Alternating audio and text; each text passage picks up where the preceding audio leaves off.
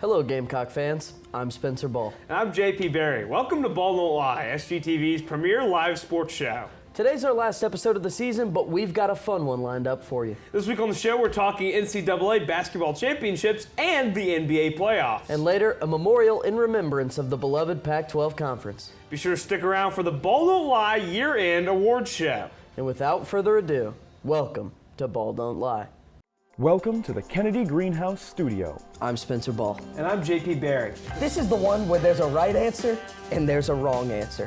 I'm always the get-back game guy. There's so many teams with so many good wins. Because, they love seeing Clemson lose no matter what. Well, I think there's a lot of people that love seeing Clemson lose. Yeah, Return of the King released 20 years ago today. There you go. And for that reason, give me the Noles. I like being right more than I like being happy. I think the committee made the right choice. Florida State did not lose a football game. It's football. This is college football. How can you not be romantic about baseball? It's just such a tremendous sport. It's time. Man, is it time? I think it's time. This is Ball Don't Lie. Dawn Staley and the Gamecocks defeated Iowa in the Women's NCAA Basketball Championship this past Sunday in a game that, Spencer, it started out very hot for Iowa, but then about midway through that second quarter, South Carolina, kind of took control of the momentum and didn't look back. Yeah, and I'll use Dawn's own words to describe the situation when they arrived in town at CLA. She said, hey, it looked like the first 3 minutes they were blowing us out. Yeah. But the other 37 minutes, JP, it looked to be all Gamecocks, at least for the most part, especially after the first quarter. Caitlin Clark really kind of shut down after then. She had 18 in the first, only 12 points in the remaining three quarters. And Warden Johnson, as she's known. Yeah, Raven Johnson just put her in jail, and frankly, she stayed there. And the Gamecocks, first perfect season in quite some time. Yeah, it's the first undefeated season for a national championship since one of those UConn teams many a moon ago. Third national championship for the Gamecock women's basketball program, joining just Stanford, Tennessee, UConn, someone else I'm forgetting, as the only programs that have three more. Baylor has the same amount of national championships as the Gamecocks. an elite stratosphere in women's college basketball. It sure was, and I don't think it's a huge surprise as, South Carolina has cemented themselves as a premier women's basketball program, but this season has got to rank high up on one of the greatest women's basketball seasons ever. But this was one of the most important women's sporting events maybe ever. The game peaking at 24 million viewers and averaged 18.7 million. It's the power of network television. It's huge. And it's, the first time in history that the women's finals had more viewers than the men's, and it's the most watched basketball game, both pro and college, women's or men's, since 2019. And, I've seen tweets the whole tournament about this got more viewers than, trying to put it in perspective. And it truly is amazing how successful this tournament was, and the championship game was just the cherry on top. Yeah, it was a lot of fun. We watched it together, had a good time. The celebration on campus afterward was a great time, and I'm going to get really, really sappy for 2 seconds. But when I first transferred into this great university, the women's team won a national championship a month or two later. And I was just kind of I was there on campus, and I was just kind of observing it. And I was like, oh, this is kind of fun. But I didn't really partake in it. I mean, I was happy that they won. But this time, not only was I watching it with all my very good friends that I've come to know in my time here at USC, but then, we were all there at the fountain being crazy, and I kept running into people that I've gotten to meet and become friends with here. So that was a really, really cool experience. I'm very happy. And I think that South Carolina is pretty cool anyway. It sure is. It was a great time, and what a great tradition, rushing the fountain, seeing everyone happy that the Gamecocks bring home a title. And it's great, and, hey, if you're interested in more of that coverage, check out our YouTube channel. But really just a great season from the Gamecock women's basketball, and frankly, I think there's more to come from them next season. They don't rebuild, they reload, and, we'll of course be there with coverage next year on Ball Don't Lie. But in the men's tournament, UConn torched Purdue and the Boilermakers with a score of 75-60. And the Huskies, they just look like the best team, just all year long. It wasn't even close. The first half was close, but you get these Huskies in a second half after a Dan Hurley halftime speech and halftime adjustments, and they just shut you down. I truly think that was maybe the best basketball team I've ever seen in men's college basketball. I mean, in terms of champions, I would love to see them go up against 2018 Villanova, 2013 Louisville, the North Carolina team that beat Gonzaga. I was 4 years old when Florida won their national titles, Tyler. Yeah, but Tyler's back here gator chomping because he's from Florida, allegedly, or something. But, speaking of Florida, they are the first back-to-back national champions in men's basketball and in women's, in either, I think, since the 06-07 Florida Gators. But a stat that puts this more into perspective, I think, that Florida team in 2007 returned 90.3% of minutes and 93.2% of scoring from the 2006 team that won the national title. UConn this year returned just 42.6% of minutes and 36.6% of scoring from their 2023 team that won the national title.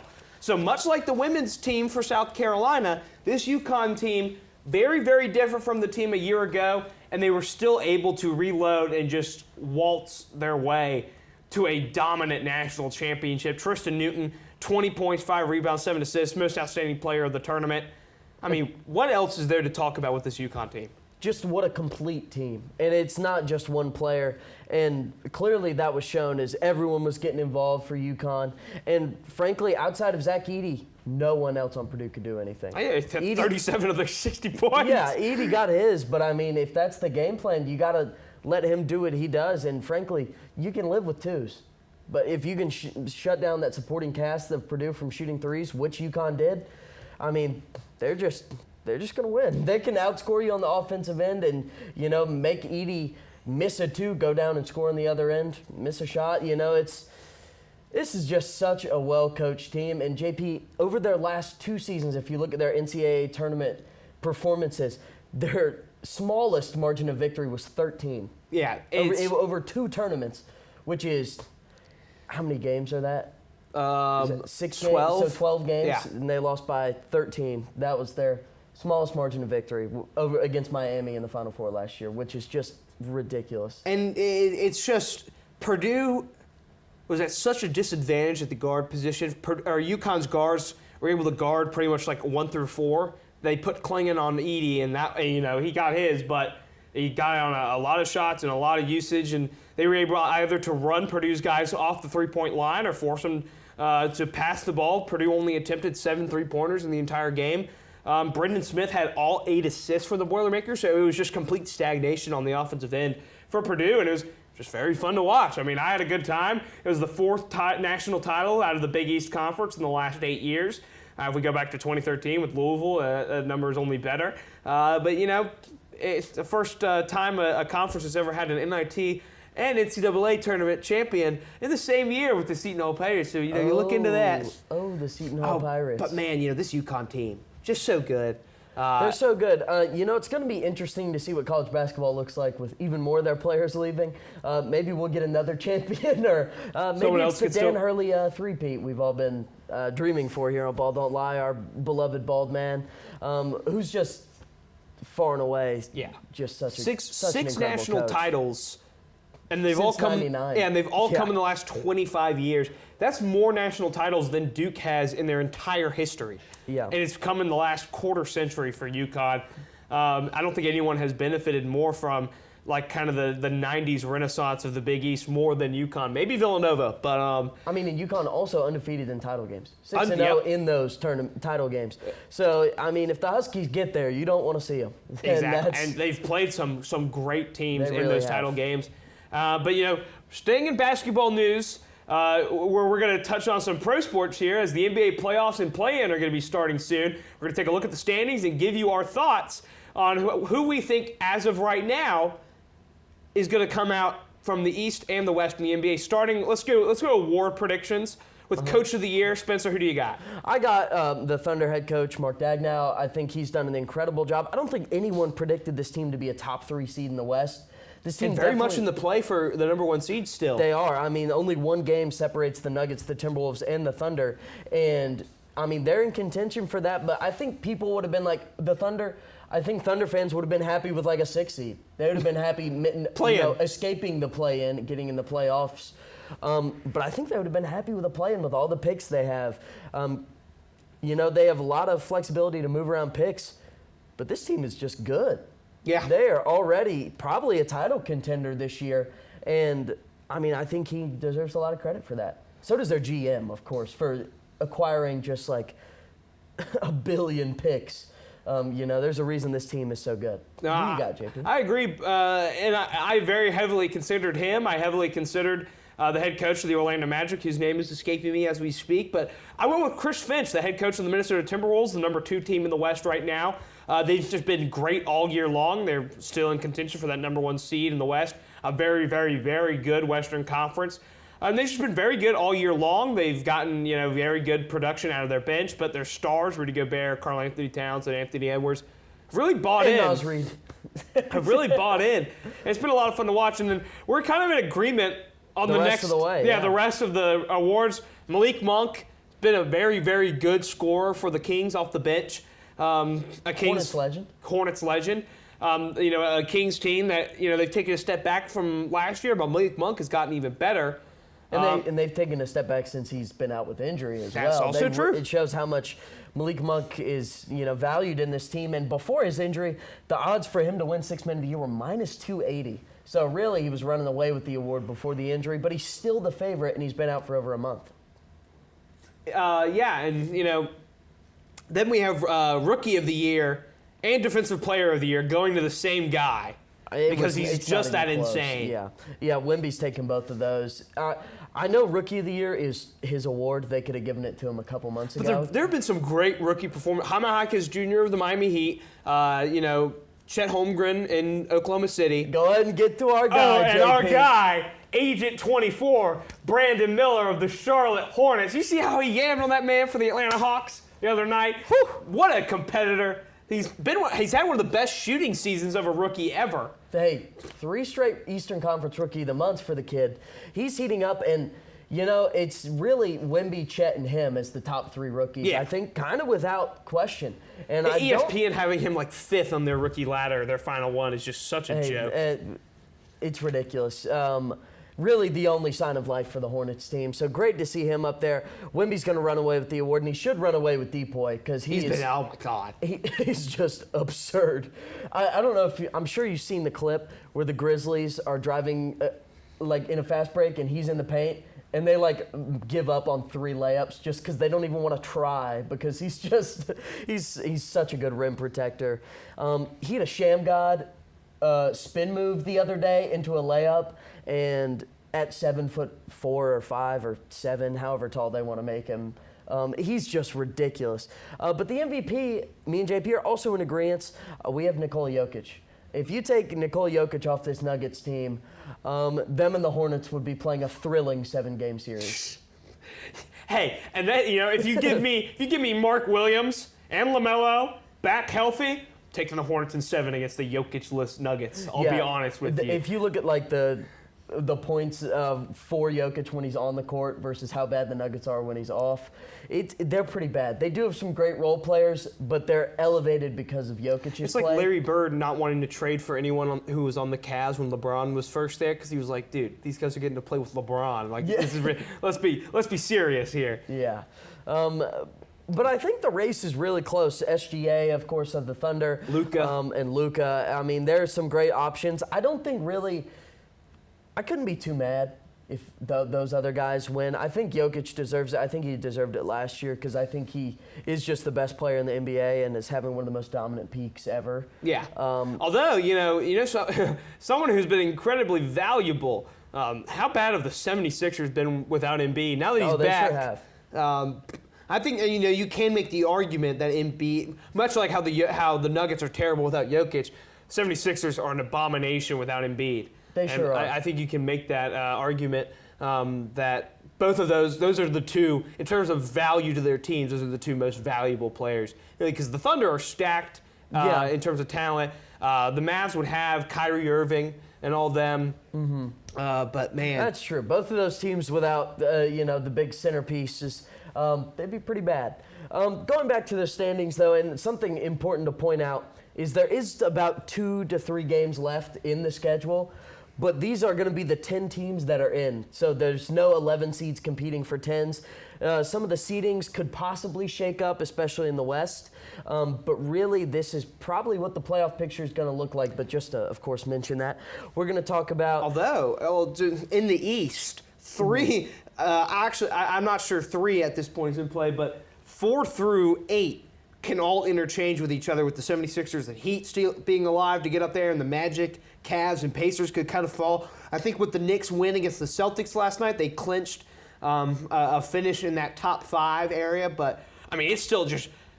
This is one of the more tumultuous seasons in terms of the standings we've seen in a while. It's a lot of fun, especially I think the West is really interesting. The top 3 seeds are all have a game in between them, and then the 4 through 8 are just also with a game, 2 games in it. And we're going to start off with our play-in winners.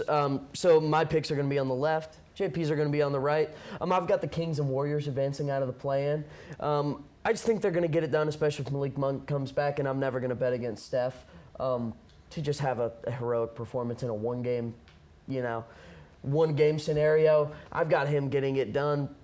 You've got the Lakers and the Kings, betting on the glorious King. My Pookie Bear, LeBron James, my sunshine. But also, that team is very, they have Anthony Davis, one of the best playoff performers of our generation. And I just don't buy the Warriors all that much, man. And the Kings, I think that they kind of rise to the occasion in the plan. I agree. Starting with our first series, it'd be the Nuggets against the Warriors and the Nuggets versus the Lakers. For you, I think we both have the Nuggets advancing. I think the Nuggets are probably a finals team. They are for me. We'll get to that in a bit. At the very least, they win a couple series. They should. I mean, they're that good. Unless Jokic goes down, I think they'll advance. Moving on to our second series, for me, it's T-Wolves. It's T-Wolves Kings for both of us. I'm riding with the beam, baby. Let's go Kings in 7. Malik Monk comes back. As you mentioned, the Kings rise to the occasion. And we've seen the Timberwolves almost choke in the postseason so many times in a row. Well, but I can't remember who they play. Maybe it was Memphis a couple years ago. Yeah, they had 3 double-digit leads and lost them all. And they blew all of it. And so I think the Kings get it done. I think Mike Brown's a really good head coach. But you've got the T-Wolves. I think it'll be a hotly contested series. I mean, you're going to see this in a lot of my predictions. I think a lot of these series are good. I just think the Timberwolves, they're too talented, they're too deep, they're too good at defense. Yeah, I think it's going to be hard for the Kings to score around the rim, but if they get hot from 3 and have a good shooting series, I'm going to see the beam lit up in Sacramento. And that's a great home environment. That's something to point out. I really love watching Kings home games. Thunder Pelicans. I think the Pelicans do offer a very interesting threat with Zion really, really playing good as of late, but I think the Thunder get it done. They're too complete. They kind of have it all. Yeah. I think New Orleans takes a couple games at home. Just off the back of Zion finally being the player we were promised, and then Brandon Ingram. And their defense is incredibly good, but the Thunder are just too deep.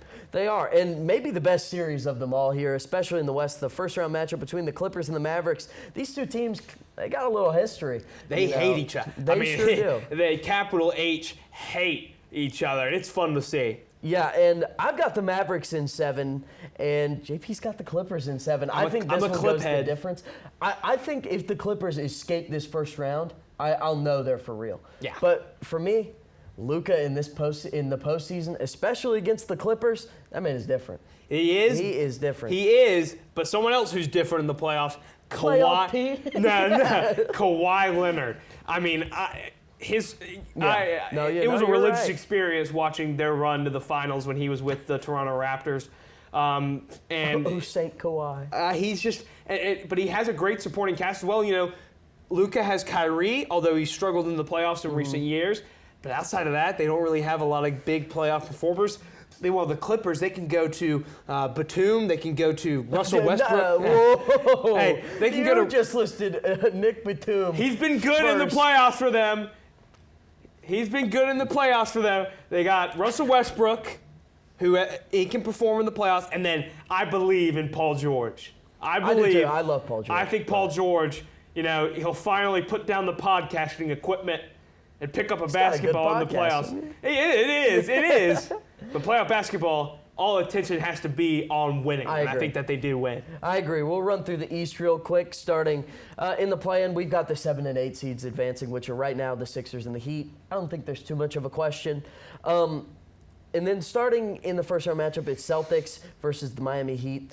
The Celtics are dominant. They really are. I've got season 4. Yeah, I just think that the Heat take one that sends everyone into a frenzy because, oh my God, they're going to do it again. Jimmy buckets. And then the Celtics just lay the hammer down on them. Outside of Jimmy and Bam, who are two fantastic players. Unless Bam Adebayo's ability to injure other players rears its head again, he's really good at that. Well, hey now. If they injure Jason Tatum, they could give him a series.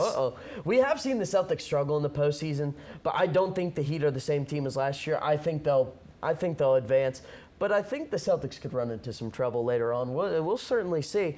Bucks versus Philly. This one was tough. This one was very tough. I mean, it all comes down to how healthy is Joel Embiid. He is a noted playoff dropper. However, he is healthy right now. He did come back from injury last week, and he looks pretty good, JP. He is, and you got Chris Middleton there as well, a great playoff performer for the Bucks, as well as Damian Lillard making his Milwaukee playoff debut. But I picked the 76ers. I think that with Embiid, they're a different animal. And the Bucks have just been awful with Doc Rivers. Yeah, they fired Coach Griffin, bring in Doc Rivers, and I think they're like 15 and 15. Or they were. I think they're 15 and 17. Okay, they got even worse. They were 500. Now they're below 500 with one of the most overrated coaches in NBA history. Doc Rivers is just beyond mid. Like, it's horrible. What he does in the postseason, like, he might get past this Sixers team, but I got no faith in Milwaukee. I think Giannis will look great, but with his coaching, it's abysmal. Yeah, that's really about it. Moving on to a much more happy note, the New York Knicks. How about them, JP? We both got them in 5 over Indianapolis. And Indiana, not Indianapolis. We saw the peak powers, I think, that are capable of this Knicks team last night in Boston, national TV. Yeah. Jalen Brunson. There have only been 4 players to drop as many points as Jalen Brunson did in under 30 minutes against the Boston Celtics. I mean, the Knicks were barely even running out guys for as long as Thibs usually does, and they built a 31-point lead against Boston. He's got 5 straight 35-point games. Yeah, and he is cooking. A healthy OG Anunoby puts this team in a different stratosphere. It puts them into that upper echelon in the Eastern Conference. You got Brunson, and Anunoby's been a great player performer. He's been great for the Knicks too.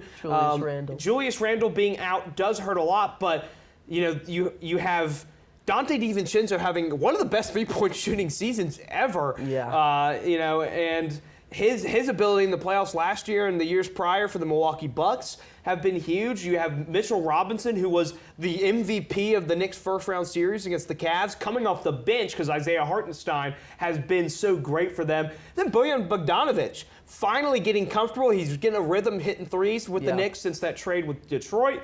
Deuce McBride has been great off the bench as a point guard / 2-guard guy, the second-round pick out of West Virginia. This Knicks team... Man, they got Precious Achiuwa looking good. And they have Precious Achiuwa looking like a positive NBA player, which is just, this team, they have the best net rating in the NBA since the trade deadline, even with all the injuries. There's something special about them. And in the Garden, we'll see if they can go the distance, but I think they take care of business against a young, defensively deficient Indiana team in the first round. Absolutely. And moving on to one of the most fun series, it's the Cavs versus the Magic.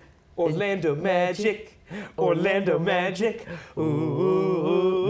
We had to play the song for you. The Magic, they've got the juice. They do. JP would say they've got the juice. Defense travels in the playoffs. The Cavs, the lights were too bright for them last year, and they're going up against another big, bruising, physical team in Orlando right now as well. They are floundering. Donovan Mitchell, can he stay healthy? I just love this Magic team, and I think they pull it off. I think so too. Moving on to wrap this whole thing up, we've been yapping for what feels like an eternity right now. We'll give you our finals prediction. For me, I've got the Nuggets over the Celtics in 7. I think this one could be a classic. It definitely. I mean, I think this might be one of the best NBA playoffs in our recent memory. I mean, so many great teams, great talents. Evenly matched all around. It's going to be great. Who do you have in the finals? I have the Celtics over the Clippers in 6. I think the Clippers get there.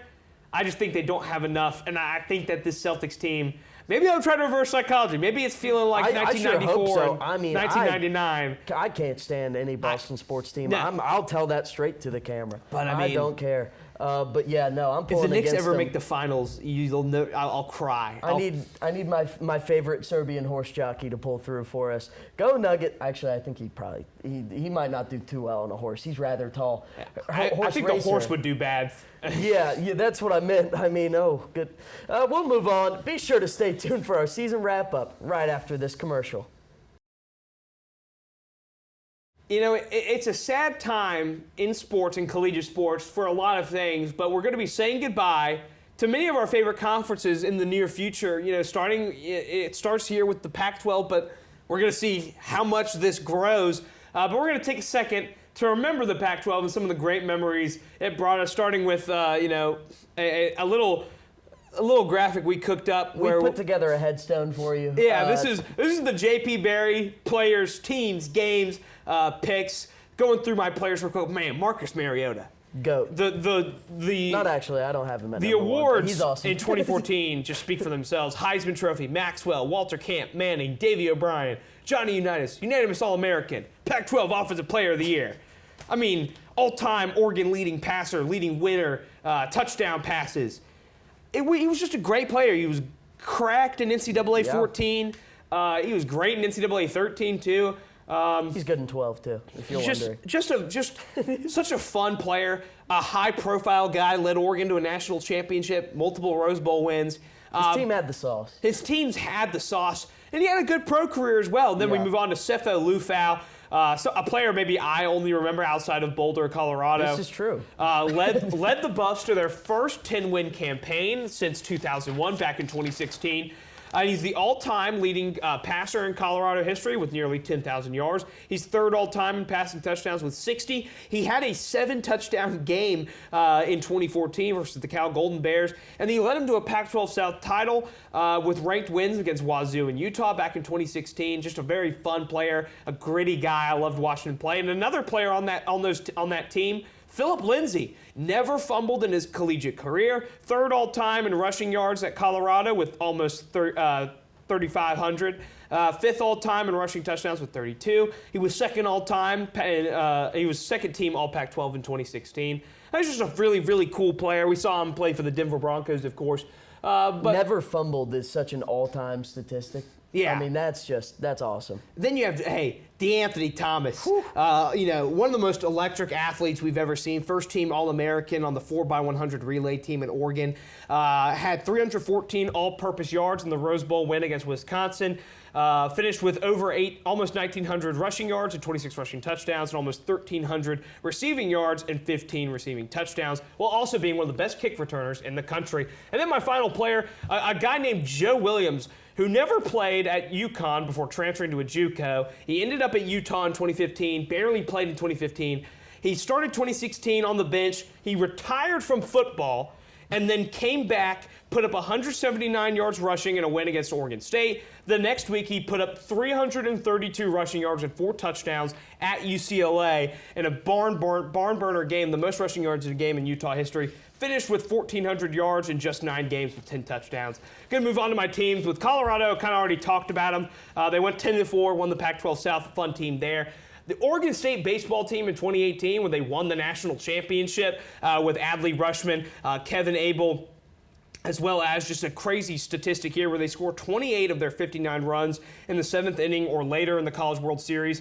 And then 2014-15 Utah men's basketball with DeLon Wright, Kyle Kuzma, Jakob Poeltl, as they led the Utes to a 26-9 record and a Sweet 16 appearance. They also finished 8th overall in KenPom. You could argue that they were one of the more underseeded teams in that tournament. They had an overtime home victory against number 8 Wichita State. Spencer, It's a fun team. This team was pretty stacked in terms of future NBA talent. It's arguably one of the best teams in Utah basketball history. And then our 4th team. Did they fall to was that the Jalil Okafor Duke squad? It was Jalil Okafor, Grayson Allen, eventual national champion, Duke. But hey, number 4, I mean, you could argue they should be higher. The Washington Huskies. Some are saying you might see this on my list. Yeah, I won't talk about them as much as Spencer. We can talk about them when we get to his. They were a great team. And then a cheeky one here, 2012 Southern Cal football. They started the year #1 in the preseason polls, returned 7 starters on defense, had Matt Barkley at quarterback, Robert Woods, Marquise Lee at wide receiver. They suffered an early loss on the road to a Stanford team that went on to win the Rose Bowl 21-14, started 6-1, and then exploded down the stretch, losing to Arizona, blown out by Oregon at home. They did beat Arizona State, but then got beat by double digits by UCLA and Notre Dame. They were the first team since 1964 Ole Miss to start the season #1 and finish unranked, as they went out sad in the Sun Bowl to Georgia Tech to go to 7-6, as Lane Kiffin had to wear sunglasses because he got punched in the face in the locker room, because nobody likes Lane Kiffin. All right. This feels ever so slightly personal. It kind of is. You know, I love the Pac-12 a lot. I grew up watching these Pac-12 After Dark games, and it was such a special experience. And some of these games, 2012 Stanford, Oregon, as number 13 Stanford took down number 2 Oregon in a just brutal 17-14 overtime game where Zach Ertz was the difference. The big-time tight end there. Then the inverse of that game in 2015, as unranked Oregon went to the Farm in Palo Alto, took down 7th-ranked Stanford 38-36 in a big shootout game. Stanford came all the way back from down 35-23, but their 2-point conversion at the end fell just short, as the guys like Vernon Adams Jr. and Royce Freeman were huge for Oregon. Wow. Just Royce some real Freeman. names there. Kevin Hogan was a big-time performer for Stanford in these times. Yep. My 2019 UCLA Washington State. What a game, man. 130 points in that one? Yeah, a drearily late night Saturday in Pullman, a winless UCLA team. Washington State led 49-17 with under 4 minutes to go in the third quarter. Wazoo, weathered the storm. They led 56-66. But then UCLA ended up scoring to take a final lead of 67-63 with a minute to go. You had Anthony Gordon throwing for 9 touchdowns for Wazoo, as Dorian Thompson-Robinson had 5 touchdowns through the air and 2 on the ground for UCLA. 14 passing touchdowns is so cool. It was awesome. That's so Pac-12. Go watch the full game of that. My 4th favorite game was just this was the best, I think, storyline of the late Pac-12. The Caleb Williams versus Utah saga. Part 2 here in Salt Lake City had the number 7 undefeated Trojans coming into Salt Lake City to take on the defending Pac-12 champs, who were struggling. They had 2 losses on the year, and Southern Cal raced out to multiple 2-touchdown leads. Utah came back, tied it at 35 to open the fourth quarter. Southern Cal took a 42-35 lead with 6 minutes to go, but Utah drove all the way down, and with 48 seconds left, Cam Rising scored the touchdown and the 2-point conversion with his legs to win 43-42. This was I think College Game Day was here, Spencer.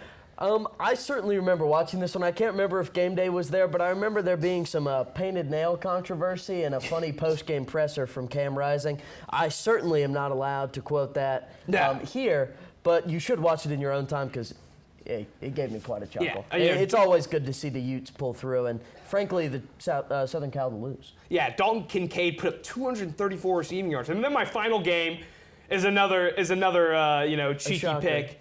2023 Notre Dame Southern Cal.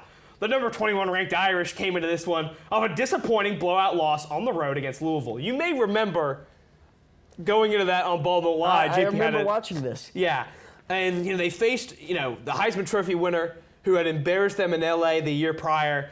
Caleb Williams threw a pick on the second play of the game, and it was a massacre from then onwards. There were, I believe, 8 quarterback hits and 6 sacks from the Notre Dame defense. They forced 5 turnovers. Caleb Williams threw for 199 yards only, held Southern Cal to 2.8 yards per carry, as the Irish just blew him out, and it was great. But that's my Pac-12. I just knocked over Spencer's script. That's okay. And now for my tribute to our beloved conference. I'll try and keep this a little quick. Starting off, I don't even know if JP's seen this. My number 1 player, I have not. I ignored McCaffrey. it on purpose. One of the most electrifying players in college football history. I remember watching the Rose Bowl against Iowa. The punt return? He's everywhere. He had 3,600 rushing yards in his sophomore and junior years combined. The Rose Bowl against Iowa was a massacre. They got stomped, in large part to that guy. I also have Marcus Mariota at number 2 for the same reasons JP said. Just such a fun quarterback to watch. The Oregon teams were so fun. I'll talk about them a little later. Remember LaMichael James? Of course I remember LaMichael James. Oh, my God. Ducks football was must-watch TV. It was. I've got Marshawn Lynch at number 3 because he's so fun. He's just the coolest guy ever. For the golf cart moment alone, he could have been number 1, but he's just so funny, and he was really good in college. There's a reason he was picked was it 12th over 7th overall, something like that. He was top 15 by the pick Buffalo for the Bills. Speaking of Buffalo Bills running back, we are not going to touch on that. But moving on, Sabrina Ionescu, the point guard from Oregon, just a hooper, outstanding, and better than Caitlin Clark, we're hearing. JP's quote, not mine, but a really fun player. And without COVID, it could have been the Ducks matching up with the Gamecocks in either the Final Four or the title game as the tournament got canceled, but Oregon was going to be a 1 seed, and that would have been something. The Aaliyah Boston freshman year, the Gamecocks undefeated, and I think undefeated. I could be mistaken, but I'm pretty sure they were undefeated, and that would have just been a clash for the Titans there. And then shout out Andrew Luck. Just a great passer. Is he the best hitting quarterback of all time? I mean, when he would throw an interception, the guy who picked it off would have to fear for his life. Remember, like Rodgers. Aaron Rodgers has thrown like some shoulders in his life. Yeah. Moving on to teams, this Washington football team is so special. Yes. My notes read 14-1, made the college football playoff, beat Texas, fell to Michigan. We will get to Michigan. Yes, we will. Such a fun team. I mean, this team had the juice. We throw our dubs up in remembrance. And then I put the Pac-12 went out on a high note. The Frank Sinatra My Way edit. Watching that in the SGTV office, I think before the Pac-12 title game against Oregon, I was freezing cold. It was the coolest thing ever. Man, that Texas game was such an instant classic. I think it's my favorite game, I think, in the history of the college football playoff. I mean, it was so much fun. That team had the juice. Moving on, Oregon football, Marcus Mariota's team, the uniforms. The swag. The silver ones they had. Ooh! The ones with like the yellow shoulder pads and the green. I mean, this team was they were drippy. They were fun. The first ever college football playoff, fell to eventual champions Ohio State, but what a fun team. Then we've got 2021 UCLA men's basketball. Excellent tournament run from Johnny Juzang, Jaime Jaquez Jr., such a fun team. Tiger Campbell. And then they went out on the Jalen Suggs, like, half-court heave. I mean, that was brutal. That was an amazing game. But I watched that in the hotel room in Muncie, Indiana, before I toured Ball State. Go Cards. But, I mean, what a fun team this was, an 11 seed making the Final Four. But, again, moving on, 2005 SoCal football. Of course, it's one of the best teams ever. But they have one of my favorite memories ever on the right side, watching them lose, but we'll get to that. But this team was just so stacked. You look at how many NFL players are on this roster. Played in some of the greatest games. You know, really, 34-game win streak dating back a couple of years. Like, they were dominant. Moving on, 2018 Wazoo football. This is when Gardner Minshew almost threw for 5,000 yards. It was just so Mike Leach. You know, rest in peace to a legend. But, I mean, this team was so fun. They just scored. Your notes say, threw the ever-loving Christ out of the football, which is really honest and true. I mean, that is all they did. They went 11-2. Their only losses at SoCal and versus Washington. They did lose the tiebreaker with the loss to Washington to the Pac-12. But, I mean, yeah, such a fun team. And moving on to games, I've got the 2021 Rose Bowl, Utah-Ohio State.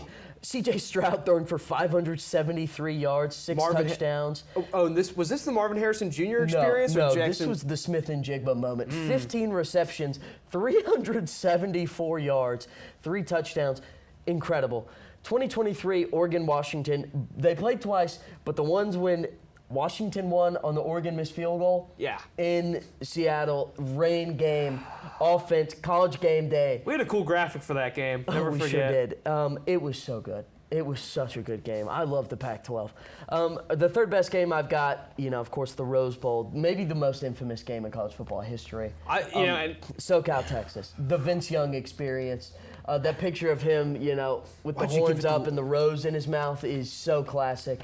Them giving it to Lindale White on 4th and inches, trying to ice the game with Reggie Bush on the sideline. Lindale White was great. They gave him more carries than Reggie Bush in that game. I don't get that. I don't get that against a bruising Big 12 front like Texas. It doesn't make sense. You had one of the best college football players ever in Reggie Bush, and it's like, probably Lindale White. Lindale, though, let's not forget, No, he's Southern not. Cal all-time leader in rushing touchdowns. No, not snubbing the man. I'm just saying, one of them is Reggie Bush. That's true. And then I've got 2011 Washington, Arizona men's basketball, the Gus Johnson call, the Isaiah Thomas fadeaway jumper. It's so chills. It's the first overtime title game in the Pac-12 tournament history.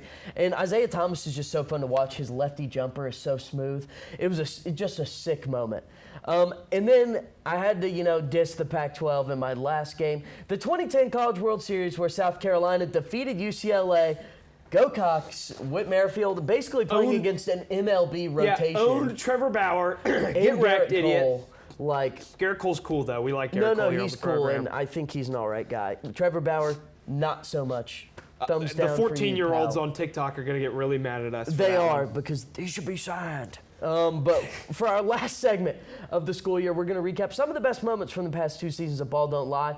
Without further ado, wow, what a catchphrase. Let's start the 2023-24 BDL Awards. Absolutely. And, it had to start with our best recurring team.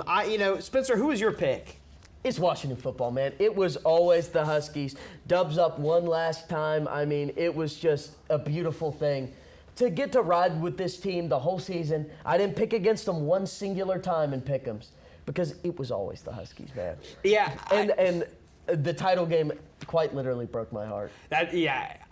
God. Oh. But if I can, I'll co-opt that. But I'll also say Oregon State in football and women's hoops was a fun recurring. They were just kind of here the whole time, playing someone we were talking about, either in pick'ems or I think they appeared on a couple graphics. Yeah. But they were just kind of they were always here, and it was just kind of fun because I was looking back through all our episodes. I was like, man, there's Oregon State again. But and our producer Tyler picked Mizzou, which I think is a very fair choice, especially in football. I thought about choosing them. We'll definitely, we'll also be reading Tyler's picks the whole time, but the Zoo, lots of fun. We're going to move on to the best pick'em team. Now, this one is tough, and I went with Gamecock women's basketball because neither of us picked against them the whole time, and they did not lose. That's true. So quite literally the best pick'em team, I think, all season. I'm going to go with Louisville football because I got them right more often than I got wrong. What is it, L1C4 for you, buddy? L1C4, and they had some great moments during the season, and they did me right. And Tyler had a very good point. He picked Florida State football. We picked them, I think, all the time, and they proved us right, except for the Orange Bowl. They sure God did. bless. And one thing I'd like to point out, I also put picking against Michigan. Real. That was my favorite thing. I knew that Penn State football team was horrible. Drew Allard, they run a 1970s program up there, but I was picking them against Michigan purely out of spite. And that leads me in to the best on-air bit. I thought this was the Michigan part, but it's not.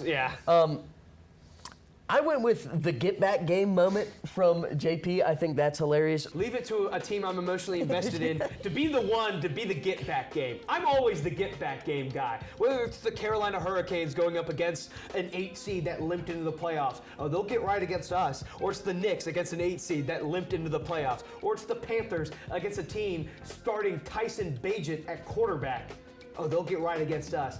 And guess what? The motto for Notre Dame football, always the bridesmaid, never the bride. But it's still going to be, I get a bye week off from that eternal torment. Or the Friar posing. I did not realize until later that was made, the YouTube thumbnail, just me ascending. It's awesome. I love that part. My personal favorite on-air bit, I mentioned it earlier, when I invoked the wrath of God and shook down the thunder on the Southern Cal Trojans football team with my pick'em with my pick'em promo I cut for Notre Dame Southern Cal back in October. And for the final game of BDL Pick'ems, arguably the greatest segment in all of TV, Louisville and Notre Dame. JP, who you got in this one? Unbiased Notre Dame fan take. Well, I think people are going to be looking at it and saying, Notre Dame's looking ahead to Southern Cal. Notre Dame's still reeling from losing to Ohio State, not looking that sharp offensively against Duke. And at the end of the day, it's all about how you can shake down the thunder and wake up the echoes. Even when you're on the road, those golden domes are shining. God's eyes are smiling upon his fighting Irish. And I think Notre Dame gets a big win as they look ahead with the college football world descending upon South Bend as they're going to take on the Trojans next week. I mean, It needs no introduction, but it was the. I mean, it turned around Notre Dame football. I think it saved America. And Tyler's pick is outstanding.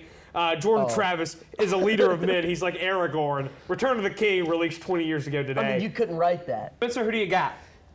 Give me the Noles. It was always the Noles. Frankly, we've been talking about it all year long. They've been one of those teams without Jordan Travis. Seeing what he can do literally from a hospital bed. He's got, I know that sounds crazy. He's got like the whole team rallied around him. He's a leader of men. He's a leader of men, and I think that's so powerful. And I think if the Seminoles win, he's like Aragorn. It'd be a great moment. Return of the King released 20 years ago today. There you go. And for that reason, give me the Noles. JP, who you got? You know, Peter Jackson said it was always the Noles. Yeah, you couldn't. Well, we did. A lot of the stuff, yeah. Best social media promo. Dune 2. I mean, that was... The Dune 2 one was really good. I mean, summoning the great Shai Hulud, JP.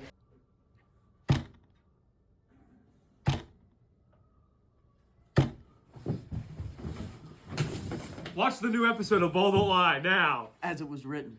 Tyler also picked Dune 2, but I thought the weather forecast one was a good bit because that was just a miserable day. Bad weather today, huh, JP?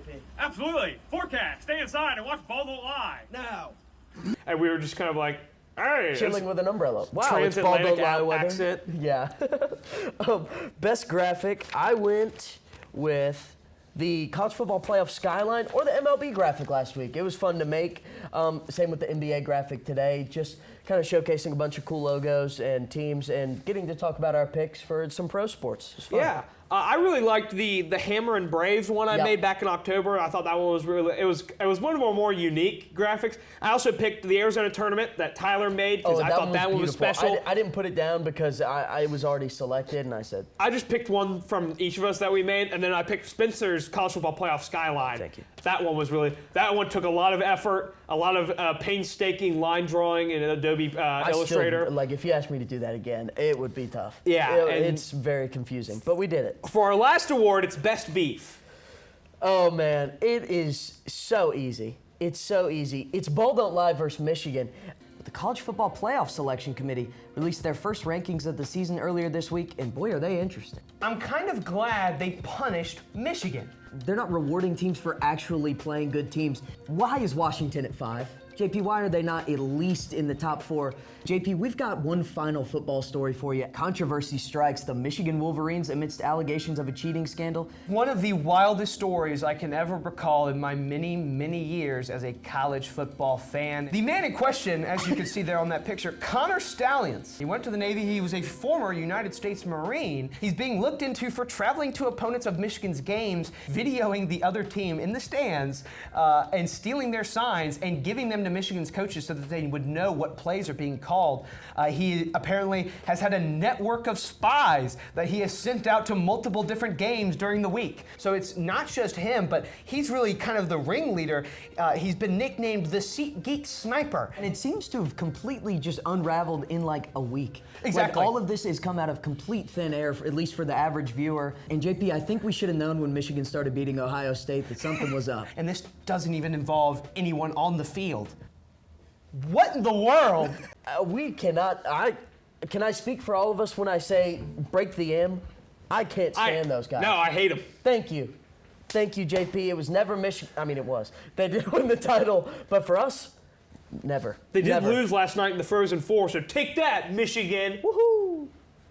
You're not going to be the national champions like cock hockey. Oh, so true. Owned. Okay, JP, your favorite beef. I mean, BDL versus Michigan is kind of, but also Spencer versus NC State, and then me versus Southern Cal. I thought me versus Southern Cal was a good bit over the course of it all. Yeah, me picking NC State one time and proceed to lose. Tyler versus us being on time, or like talking in a succinct manner. It was mostly me, actually, it's a good beef. We cannot stay under, I don't even know how many minutes. This one's a long one, but it's the season finale. It's not an hour long like our last one. Okay, we're not, he showed us the timer. We're at about 46 minutes recording. That's not too bad. Yeah. Hey, you know what? When you edit it down a little bit. But Tyler did put in BDL versus Michigan. That's his favorite beef. I mean, we got some really, really funny YouTube comments about it on the YouTube Shorts. Oh my God.